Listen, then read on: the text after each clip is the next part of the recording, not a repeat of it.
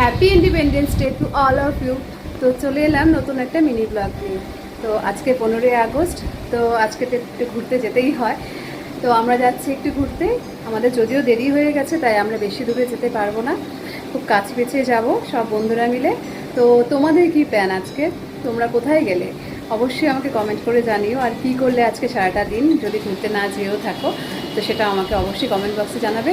আর আমার মিনি ব্লগটা অবশ্যই তোমরা দেখো, কেউ স্কিপ করো না, সাথে থেকো। টাটা।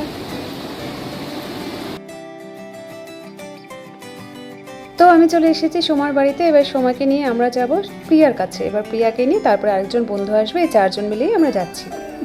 আমরা 2 ভূতনি আর একটা ভূতনি আসছে। হ্যাপি ইন্ডিপেন্ডেন্স ডে বল। Happy independence day.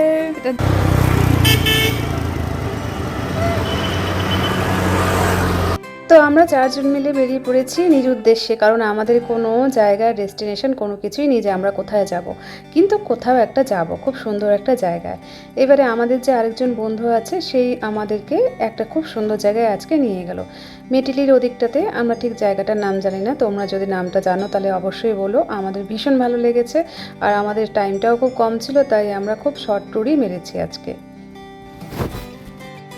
তো আজকে প্রচণ্ড গরম ছিল, রোদও ছিল, ভীষণ মাথা ব্যথা করছিল, তাই এখানে দাঁড়িয়ে একটু ঠান্ডা হয়ে নিলাম, একটু চা খেয়ে নিলাম। চা খেয়ে তারপরে আবার রওনা দিলাম। তো সবশেষে আমরা সেই জায়গায় এসে পৌঁছালাম। তোমরা জাস্ট দেখো ভিউটা, এত সুন্দর জায়গাটা।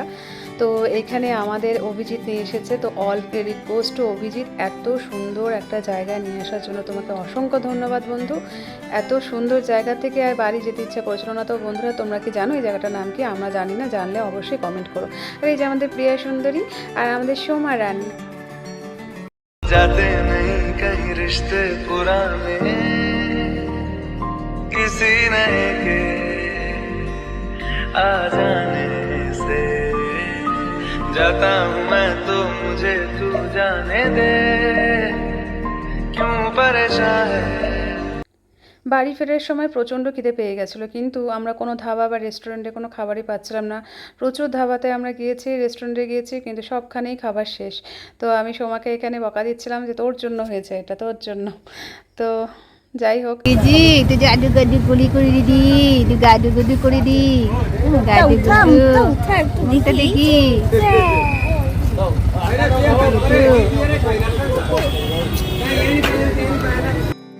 অবশেষে একটা রেস্টুরেন্টে পেলাম মোমো। তো এটা দিয়ে কাজ চালালাম, ভীষণ ভালো ছিল মোমোটা। তারপরে আমরা লাটাগুড়ি এক মিষ্টির দোকান থেকে রসমালাই খেলাম, আর বন্ধুরা নিল মিষ্টি দই। তো তারপরে আমরা করলা ব্রিজে আসলাম। গোল্ডেন ভ্যালি থেকে আনা আমাদের ক্রিসপি বেবিকর্ন, এই 3 বন্ধু মিলে বসে বসে খেলাম, তারপর বাড়ি চলে আসলাম। কেমন লাগলো মিনি ব্লগটা জানিও। সবাই খুব ভালো থেকো, টাটা।